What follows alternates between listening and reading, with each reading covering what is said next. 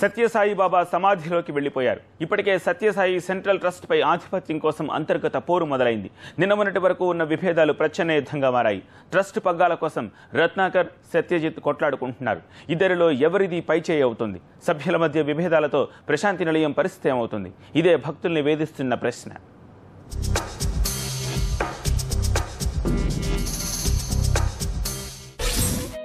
Sathya Sai central trust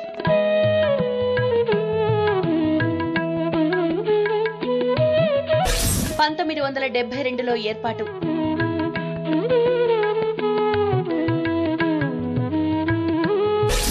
వరదలా వచ్చిన విరాళాలు,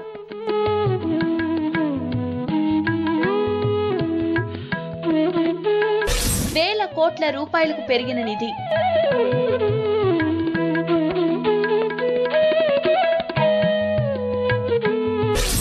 నూట 80 దేశాల్లో సేవ, ధార్మిక కార్యక్రమాలు.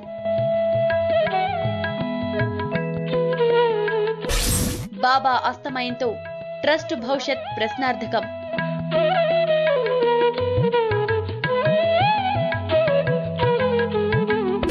ట్రస్ట్ సభ్యుల మధ్య ఆధిపత్య పోరు.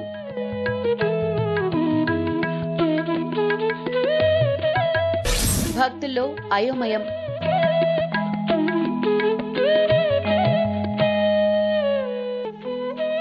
ప్రపంచానికి ప్రేమామృతాన్ని పంచిపెట్టిన పుట్టపర్తి సత్యసాయిబాబా పరమపదించి ఇంకా 5 రోజులు కూడా కాలేదు. కానీ సత్యసాయి సెంట్రల్ ట్రస్ట్ సభ్యుల మధ్య ఆధిపత్య పోరు తారాస్థాయికి చేరింది. దేశ విదేశాల్లో ఏటా 100 కోట్ల రూపాయలు ఖర్చు చేసే ట్రస్ట్ పగ్గాలు చేజిక్కించుకునే విషయంలో సభ్యుల మధ్య నివురుగప్పిన నిప్పులా ఉన్న విభేదాలు భగ్గుమనే పరిస్థితి వచ్చింది. ఇప్పటి వరకు అంతర్యుద్ధంగా ఉన్న ఆధిపత్య పోరు ఇప్పుడు ప్రచ్ఛన్న యుద్ధంగా మారింది. బాబా జీవించి ఉన్నంత వరకు నోరు మెదపడానికి కూడా సాహసించని ట్రస్ట్ సభ్యులు ఇప్పుడు బహిరంగంగా కొట్లాటకు దిగుతున్నారంటే పరిస్థితి చేజారిపోయే ప్రమాదం లేకపోలేదని భక్తుల్లో ఆందోళన మొదలైంది.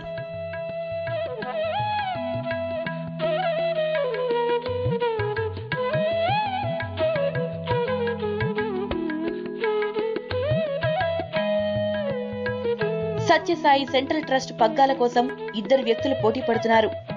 వారిలో ఒకరు ట్రస్ట్ సభ్యుడు రత్నాకర్ కాగా మరొకరు బాబాకు అత్యంత సన్నిహితుడిగా మెలిగిన సత్యజిత్. ట్రస్ట్ సభ్యులందరూ సత్యజిత్ పేరును ప్రతిపాదిస్తున్నారు. సత్యజిత్ ట్రస్ట్ సభ్యుడు కాకపోయినా ఆయన అభ్యర్థిత్వాన్ని బలపరుస్తున్నారు. రత్నాకర్ ట్రస్టులో సభ్యుడైనా ఒక్కరు కూడా ఆయన పేరును ప్రస్తావించడం లేదు. పైగా రత్నాకర్ కు ట్రస్ట్ బాధ్యతలు అప్పగించే బదులు ప్రభుత్వం స్వాధీనం చేసుకోవడం మేలన్న వాదాన్ని లేవనెత్తుతున్నారు.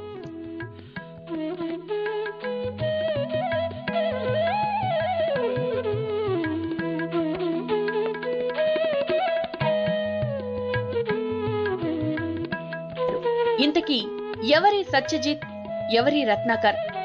ఎక్కడి నుంచొచ్చారు? ప్రశాంతి నిలయంలో ఎలా బాగా వేశారు? బాబాకు ఎలా చేరువయ్యారు? సత్యజిత్ కాశ్మీరీ పండిట్ కుటుంబం నుంచి వచ్చిన వ్యక్తి.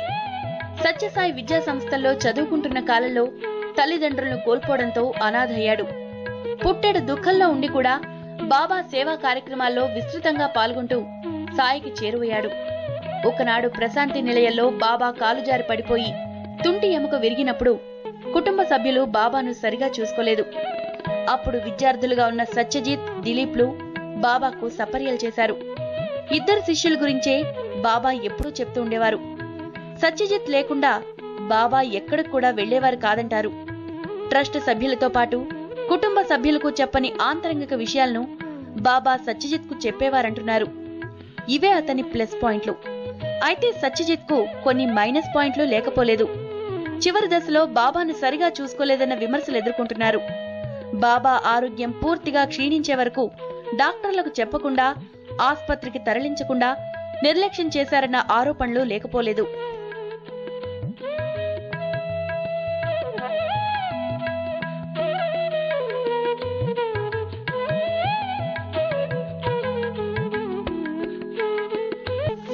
ఇక రత్నాకర్ విషయానికొస్తే బాబా సోదరుడు జానకిరామయ్య కుమారుడు. ట్రస్ట్ సభ్యుడిగా ఉన్న జానకిరామయ్య చనిపోవడంతో బాబా కుటుంబ సభ్యుల్లో ఒకరికి స్థానం కల్పించాలన్న ఉద్దేశంతో రత్నాకర్ను ట్రస్ట్లోకి తీసుకున్నారు. అది కూడా తండ్రి చనిపోయిన తర్వాత చాలా కాలానికి. పుట్టపర్తిలో gas agency, petrol pump, cable network తో పాటు సగం వరకు వ్యాపార కార్యకలాపాలు నిర్వహిస్తూ అనేక ఆరోపణలు ఎదుర్కొన్న రత్నాకర్ అంటే ఎవరికీ సదాభిప్రాయం లేదంటారు. రత్నాకర్ కార్యక్రమాలు అజ్ఞాత మాఫియాను తలపిస్తాయనే ఆరోపణలు లేకపోలేదు. ఇవన్నీ ఆయనకు మైనస్ పాయింట్లు.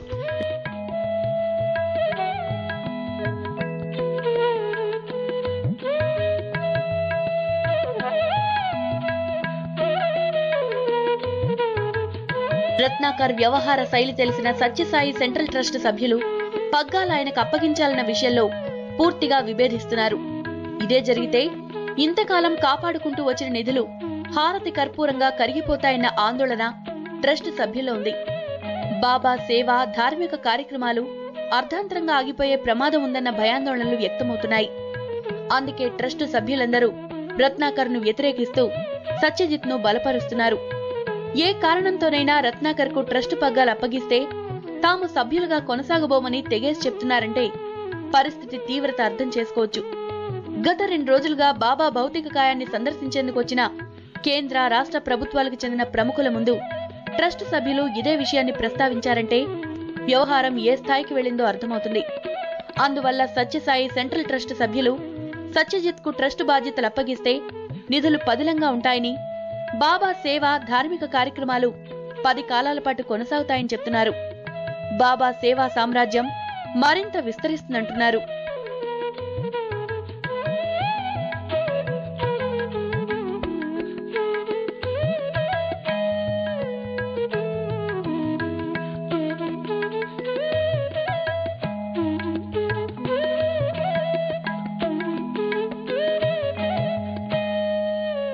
అయితే లిక్కర్ కింగ్, టీటీడీ మాజీ చైర్మన్ ఆదికేశవ నాయుడు రత్నాకర్ ను ఎందుకు వెనకేసుకొస్తున్నారన్నది ప్రశ్న. సత్యజిత్ పై ఎందుకు ఆరోపణలు గుప్పిస్తున్నారన్న అంశం హాట్ టాపిక్ గా మారింది. రత్నాకర్ కు పగ్గాలు అప్పగిస్తే ట్రస్టులో తాము కూడా సభ్యులై చక్రం తిప్పొచ్చన్నది ఆదికేశవులు ఆంతర్యంగా కనిపిస్తోందన్న వాదన వినిపిస్తోంది. ఇదే జరిగితే తలా తోకాలేని నిర్ణయాలతో టీటీడీని భ్రష్టు పట్టించిన మాదిరిగానే సత్యసాయి సెంట్రల్ ట్రస్ట్ కూడా భ్రష్టు పట్టిపోతుందేమోనన్న ఆందోళన వ్యక్తమవుతోంది. ట్రస్ట్ పరువు ప్రతిష్టలు మంటగలిసిపోయే ప్రమాదం ఉందన్న భయం నెలకొంది.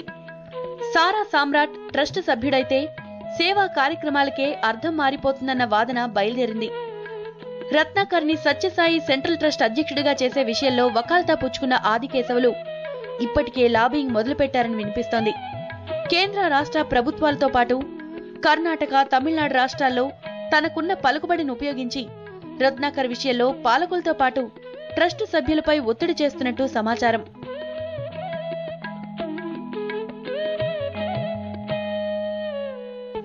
సత్యసాయి సెంట్రల్ ట్రస్ట్ బాధ్యతలు చేజిక్కించుకునే విషయంలో సభ్యుల మధ్య కొనసాగుతున్న విభేదాలు ఒక్కసారిగా భగ్గుమనడంపై చర్చోపచర్చలు జరుగుతున్నాయి.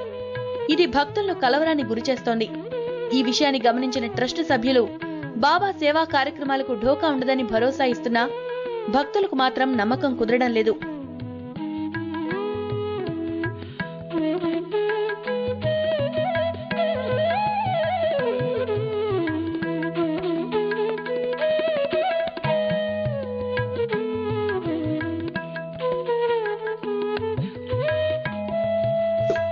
ట్రస్ట్ పగ్గాలు చేజిక్కించుకునే విషయంలో ఎవరి పంతం నెగ్గుతుంది?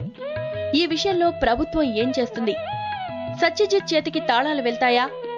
రత్నాకర్ కు బాధ్యతలు అప్పగిస్తారా? ట్రస్ట్ ఖజానా పదిలంగా ఉంటుందా? సేవా కార్యక్రమాలు ముందుకు సాగుతాయా అన్న ప్రశ్నలకు కాలమే సమాధానం చెప్తుంది.